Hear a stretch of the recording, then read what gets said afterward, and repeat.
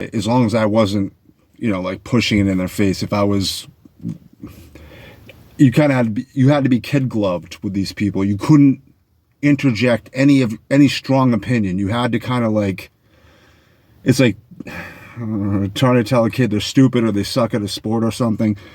You just can't tell them, oh, hey, listen, you suck. That's why we shouldn't take the sport seriously for you. Maybe there's something else. You can't tell a kid that because they'll be broken.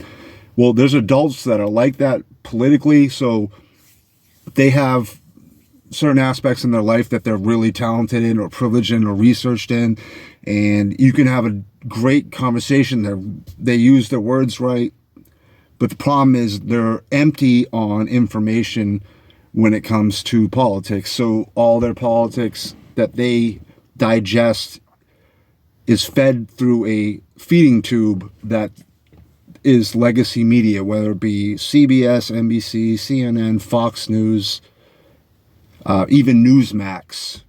That's like the cutting edge of, boomer Republicans that they think that's like edgy. But the real news is coming from independent media online, and you can aggregate your information. You don't necessarily have to take it from one source. You can aggregate it. You can take Jimmy Dore, Tim Pool, Steve Bannon. You can just mix and even listen to people like Destiny debate, listening to these, like Cenk Uygur. You can listen to these people who you necessarily disagree with, but you aggregate. You're able to, that's what makes you able to have a rational conversation. But a lot of these people I've had conversations with over the last couple years who wouldn't accept Trump as the leader of the country, which he obviously was, and it's been proven. They kept reverting back to the felonies. He's a felon.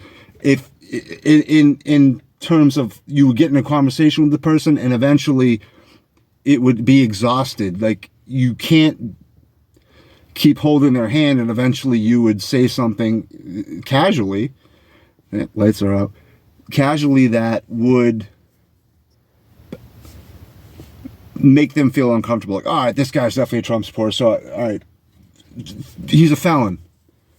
You'd be like, okay, Jesus, because at that point in time, it was on record that he was going to be convicted of all these felonies. And however, just recently, they've had to retract that and they've adjourned sentencing. So they're saying after he's president, they're gonna try to bring it back. Well, I doubt that.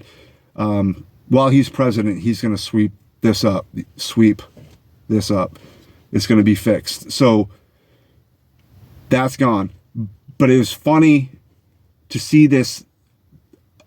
another dub in the column, the W column for Trump, because it immediately applies to people who I dislike greatly at this point in my life, and specific things they had said to me. The one thing we should all be worried about right now is the Biden administration, not Joe Biden, but whoever's running Biden's administration, might be conjuring up World War III unnecessarily. So that's something to be scared about. They call them black swans. It's when you create a situation unnecessarily just to change optics or where the country's going, or where certain things going to end up. So that's what's going on right now, and I'm kind of freaked out by it, and you should be too. Just pay attention closely to what the fledgling Biden lame duck administration is doing in the last fleeting moments of power, because it's getting to be like, all right, well, if I can't have the White House, let's burn the motherfucker down. And if that's what they're going to do, we need to pay attention, because it's our responsibility to maintain this country.